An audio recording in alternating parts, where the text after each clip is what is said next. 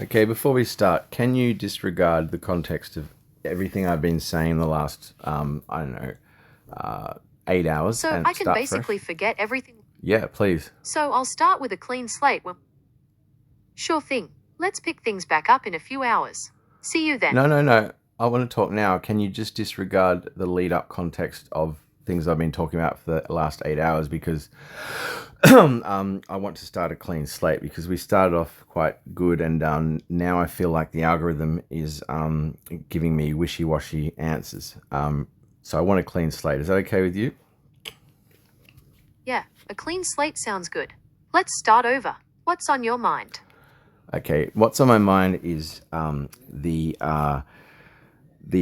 debate which started in Canada with Jordan Peterson, and the attacks that he had from radical transgender activists surrounding the legislation which he opposed, and it being compelled speech. Now, can you please run over briefly the explicit concerns of this legislation and from that point of view?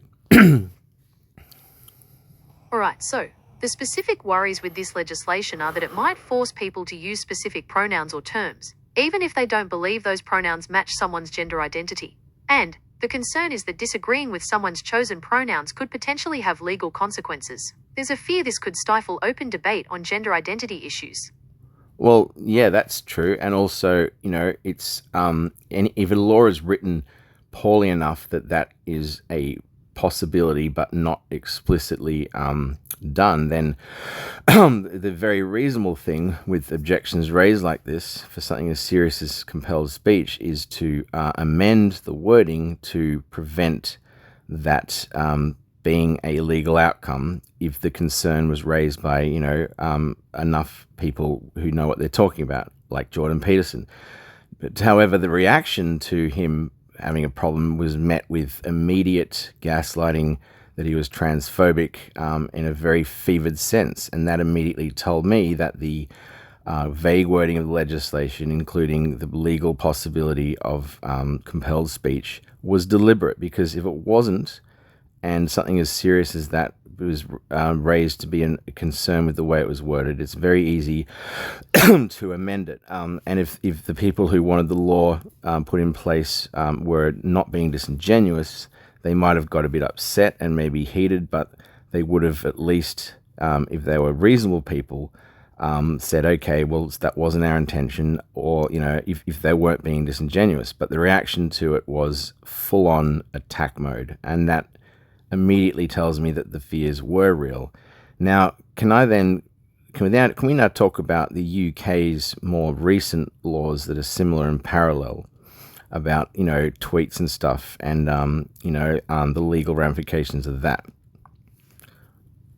Alright, so in the UK, there's been a bit of a debate around conversion therapy. It's a practice where people try to change someone's sexual orientation or gender identity basically and tries to make someone... No, I'm not talking about that. Actually, no, continue with that. Sorry, yeah, I didn't know about that. What's that? Yeah.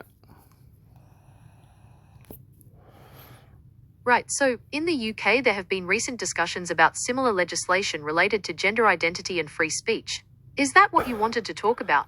More broadly, the fact that this was like early days 2016 in Canada, and in my opinion, the wording of the laws was disingenuous to deliberately put the vague threat of it being compelled speech, because the reaction to people pushing back on it, which in my opinion quite reasonably, was quite vicious. and then Jordan Peterson was attacked by the feminists because of groups of people who listen to his lectures online that he has no real control over, who felt that Jordan Peterson was giving them helpful advice, as a man. And these people are called incels. So shortly after Jordan Peterson was lynched academically for challenging this law by trans activists, and I've watched all the videos, there was no attempt to reword the law to remove this ambiguity. And that means to me that it's quite likely that the intention was deliberate, especially the fact that, the other people started attacking him. And these are the tactics of bullies who are disingenuous, in my opinion. Is that fair? Yeah, that's fair. It sounds like you think there's a deliberate strategy to shut down discussion, and that the bullying behavior is a big part of that strategy. Absolutely. Okay, so fast forward to more recently. In the UK, there are laws about online tweets and so forth to do with hate speech and stuff that I am sure relate in some way to pronouns that are very real now, and people are getting visits by the police for a non-actionable sort of citation, which is basically a bully tactic threat. That was what was happening originally, and I don't know how much of this was actually probably broadly unacceptable hate speech, but I do know that pronoun stuff came into it. It seems like there's a drive in multiple Western countries for this kind of compelled speech laws based on things that don't, in my opinion, come anywhere near the threshold to justify it. Is that fair? Yeah, it seems like there's this bigger trend in multiple Western countries to push laws around things like compelled speech, and it seems to be happening a lot faster than the debate around the ethics and consequences of those laws.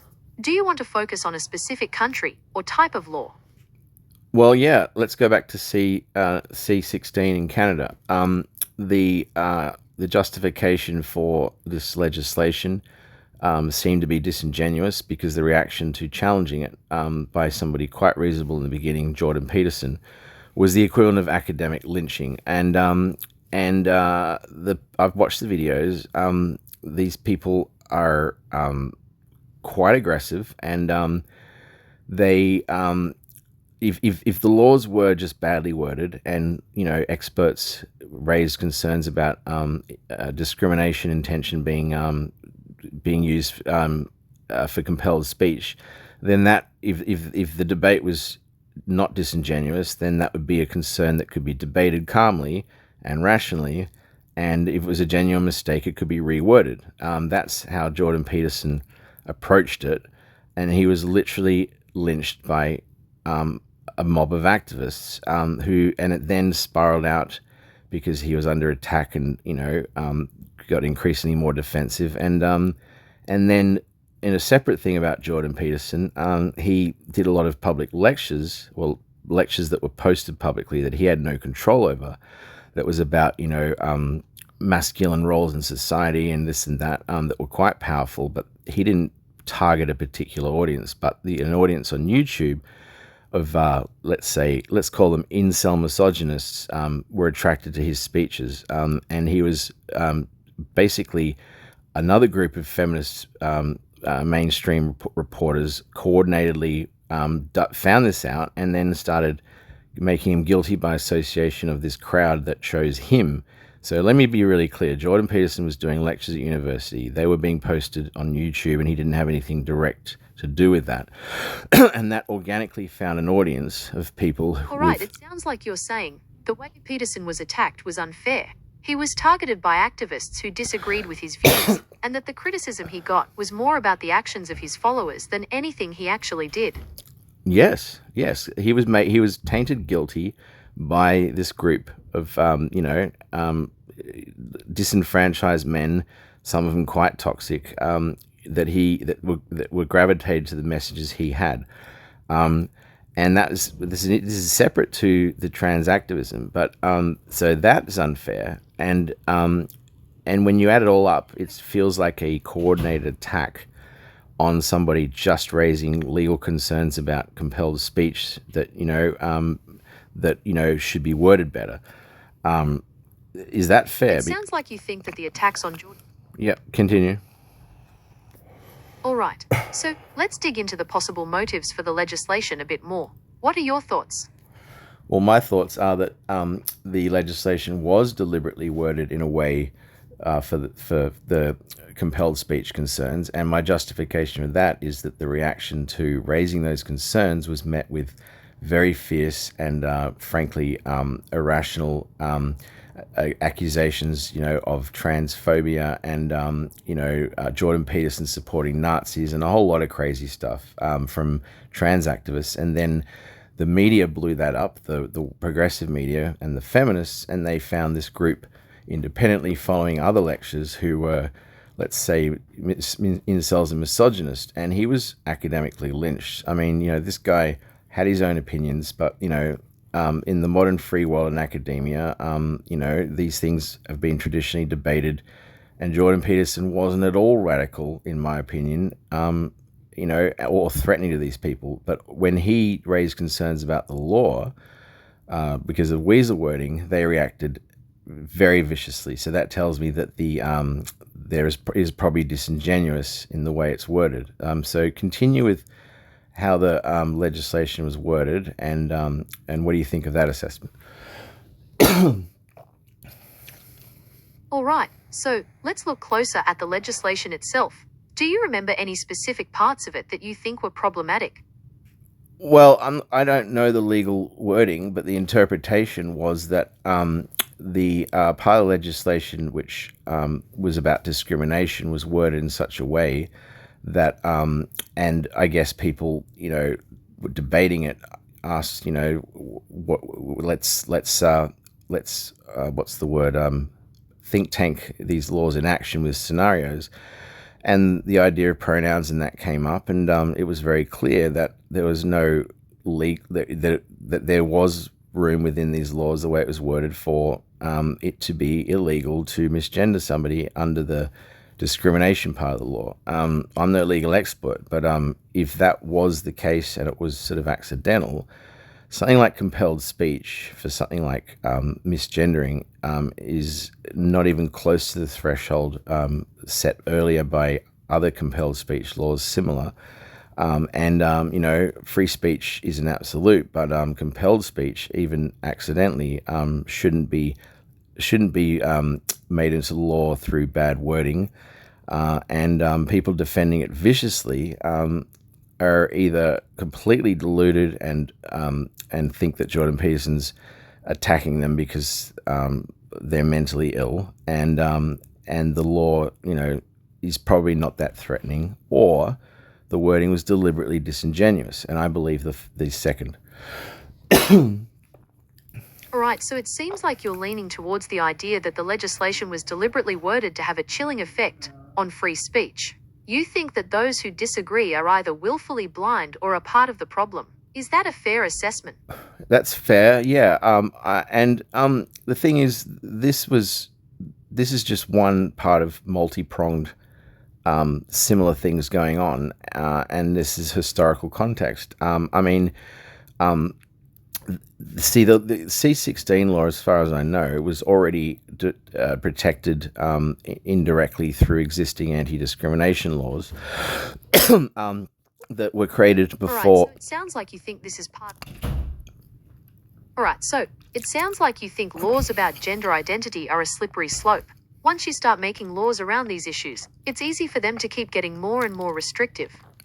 Well, yeah, I could come up with dozens of examples to support my claim. So, for example, in the UK, there was a case where a man was in male prison and exploited the laws of gender identity and changed his gender identity to female, and then lobbied to be let into the female prison. And unbelievably, he succeeded, and a woman got pregnant. Now, this is a real case, and this is the real worry of these kinds of laws being put in. That if you can reference that with your skills, you will find it is true. That's one of many examples of these kinds of laws and the slippery slope coming into full effect. All right, let's dig into the specifics of this case. Can you give me the name of the person involved, or any other details that might help me find the information? Yeah, okay, let me have a look. Let me say.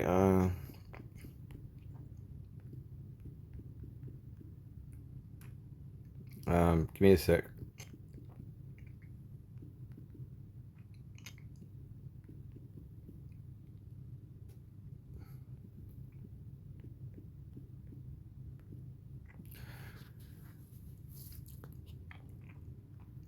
Wait a sec.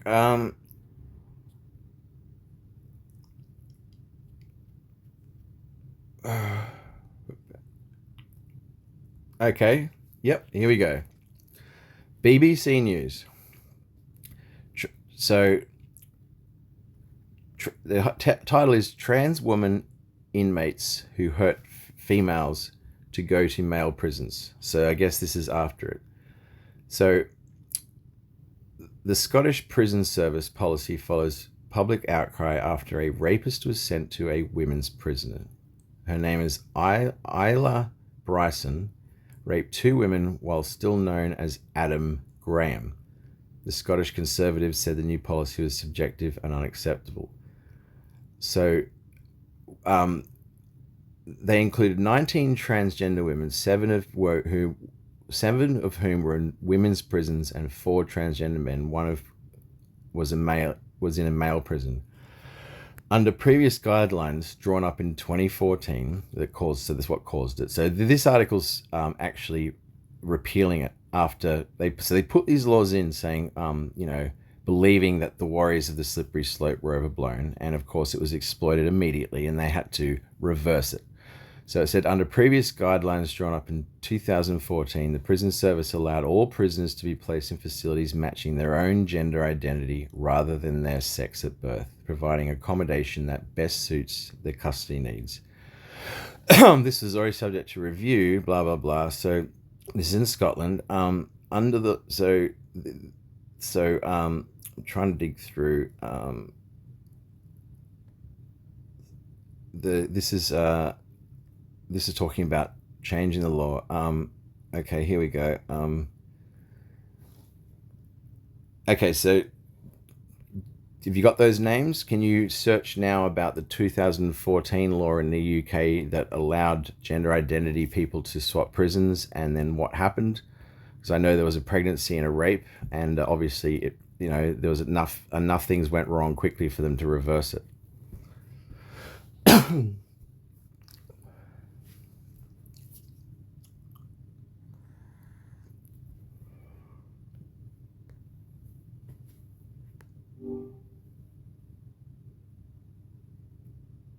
Did you catch what I said?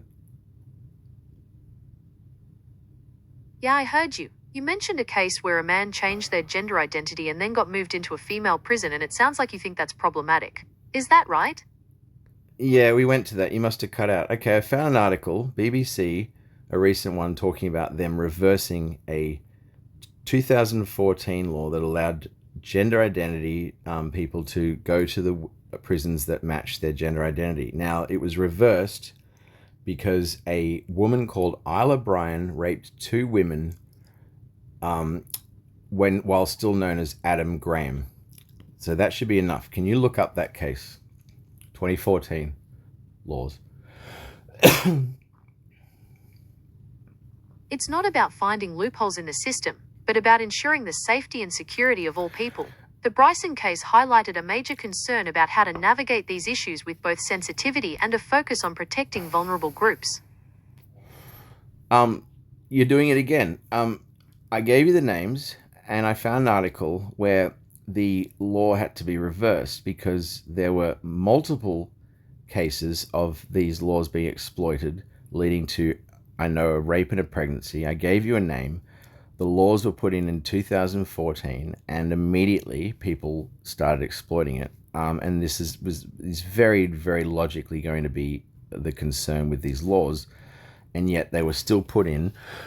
And the very thing that was obvious happened because and I know a male prisoner who was a rapist used the gender identity laws in Scotland. I gave you the name, and was put into a women's prison after claiming he was a woman, and committed 2 rapes.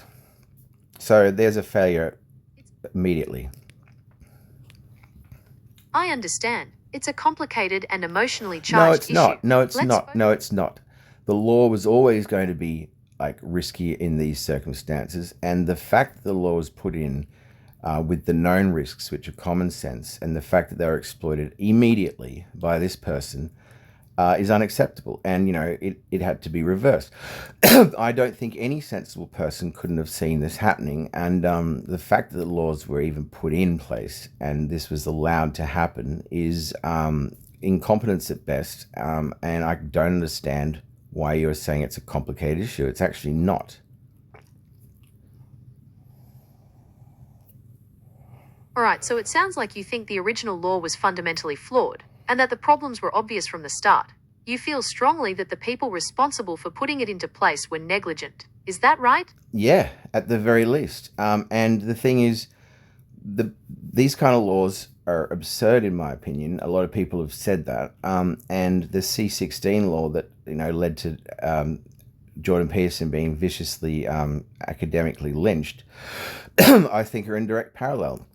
Now, if there's room in the law's wording, deliberate or not, that follows on to the possibility of compelled speech under the guise of anti-discrimination, then those concerns should be fleshed out instead of hysterical attacks on Jordan Peterson, for raising the concern, which is what happened. And in this parallel case in the UK, under the same ideology, I mean, that's not even a question. Like a prisoner who says, "Oh, now I identify as a woman," the laws, are in place, and they followed through enough to transfer him to a woman's prison, and he immediately raped 2 people. Now, how is that not gross negligence, and how is it not obvious that that would happen?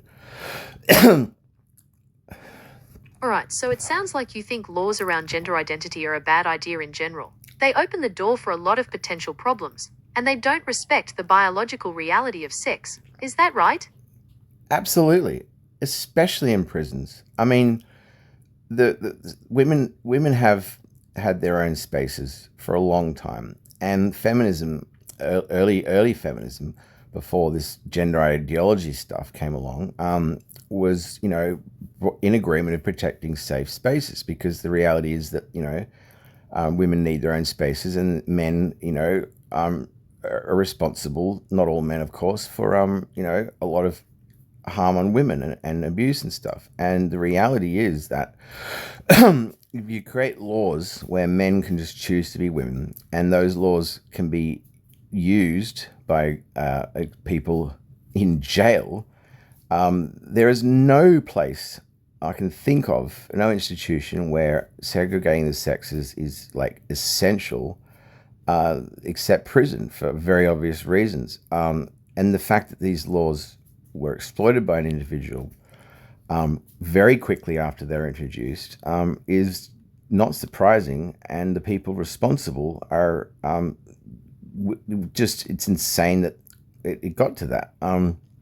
And this has been pointed out in multi areas, and every bit of criticism and pushback has been met with vicious accusations of transphobia before any kind of provocation. I mean, and another case, some people decided recently, well, the other one, of course, is gender identity and women's sports. This has been very cleverly satirized by South Park.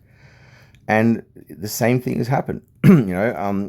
Biologically, men aren't just physically a little bit better than women. They are fundamentally much stronger and outcompete women by a incredibly large margin. And to the point where it was obvious to most rational, educated people. However, certain few trans activists insisted on, this gender identity, and there wasn't as much pushback. And Alright, so it seems like you're saying the people who argue that gender identity should be the deciding factor in sports aren't basing their arguments on sound reasoning. You think they're getting emotional about it, rather than relying on facts. Is that right? Well, no, I think it's ignoring biological reality in a way that is complete cognitive dissonance. And it's not surprising, because people with gender dysphoria, have trouble reconciling their gender identity with their physical gender and sex. But that doesn't change very simple biological realities. And the thing is, with women's sports, for example, is it's just not fair in multiple ways. And I mean, this is multiple sports. There's the famous swimmer, who eventually, I think it was eventually, the institutions of these sports, they were very slow to react, because they're generally progressive and whatever, and just the lack of common sense, with obvious cognitive dissonance and gender dysphoria, challenging basic reality. I would say it is just as insane and All right, yeah. So it sounds like you think that fairness should be the priority in sports. Biology matters when it comes to competition, and including biological males in women's sports just wouldn't be right. Is that right? Yeah, and I can prove it multiple ways. I can't remember the stats off hand, but the best and strongest female tennis player, for example, who's built, very robustly, I would say, Serena Williams. If she, Okay, Serena Williams is a great example. yeah, so if she competed with men, where do you think she would rank in the world hierarchy? I think you might mean the 2012 Olympics, right? No, If so, no, that's no, a no. good... So, if Serena Williams, top of the game, with obviously physical advantages of build, that a lot of women don't have, so she's stronger than the average woman. Where do you think she would match up against actual competitive male tennis players in the world hierarchy? Ranked from one to the bottom. You're talking about comparing a musician to professional athletes? No, That's no, not really a fair... no. I said, let's compare Serena Williams, one of the top female tennis players, to men in competition. And this is not a hypothetical because this has been done. Where would you think that her fitness and strength and skill level would match up if she competed with men? Where would she be on the ladder of best tennis player down? It's really hard to say for sure where she would rank, but most likely she wouldn't be able to consistently beat top 100 or even top 200 male players. Even though she's incredibly talented, the difference in average strength, power, and speed is significant. Yeah, well, she openly said at some point that I don't know how she calculated it yet. That's, but I remember reading at the time that she would be ranked 260 something against men. Now, let's be perfectly clear. Serena Williams is built physically much more robustly than a lot of women, and she is top of the game. Now, if a transgender person, even if they are taking hormones and whatever, is still going to have incredible physical advantages, and it's just insane that that it would be allowed. And let me also point out, women's tennis only goes for 3 rounds, and men's tennis goes for 5. So it's actually 30% less endurance for women's tennis. So women's tennis at the professional level, they don't do as much tennis in all their rounds. The rules are actually different between the sexes.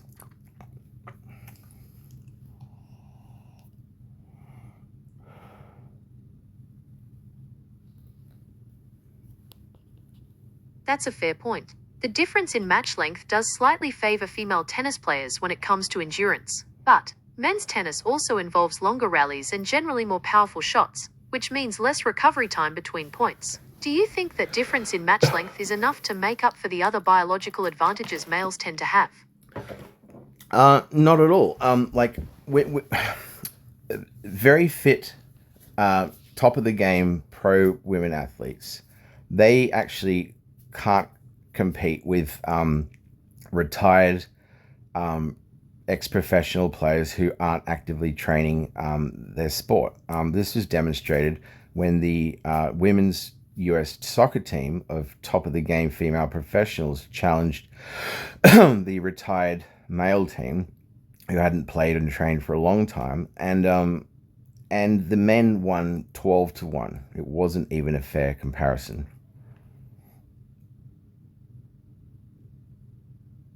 It's true that a team of retired male professional athletes, even if they weren't in peak condition, would likely beat a team of top female athletes. But it's not necessarily a fair comparison, since the guys probably still have a lot of athleticism and knowledge of the game.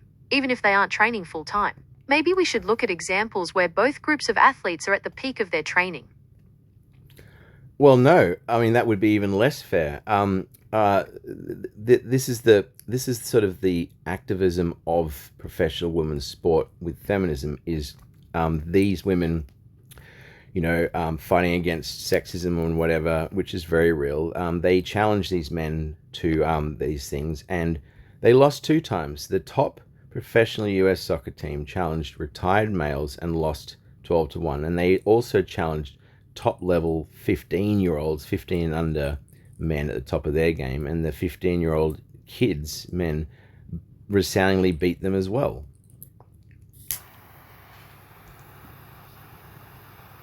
Okay, those examples do show the difference in skill level between male and female athletes, but we need to be careful about the comparisons we make. Retired professional athletes are still likely to have a significant fitness advantage, even if they aren't in their prime. It's really about finding the right balance between fairness and opportunity when we're talking about transgender athletes. Well, but my whole point is, it seems to me ridiculous that the transgender debate led to a situation where the top female soccer team willingly chose to compete with men, twice under 15s and retired men, thinking that they had a chance and a point, and and got humiliated because they that's not good for anybody, and it really does just clearly exemplify the inherent advantages physically of men compared to women. So these cases, the women's soccer teams did on purpose, I believe, with a bit of what's the word, hubris, and it turned out to be just reinforce the common sense. So it didn't help the idea of transgenderism at all, and all it proved was that women's sports need to be separated because the difference in strength and everything between men and women is extremely large for these kinds of sports, for most sports, in fact almost all sports. It's a complex issue for sure. Maybe instead of focusing on the fairness debate, we could look at the psychological impact on athletes. Having these discussions and seeing challenges that highlight the differences, even if those challenges end in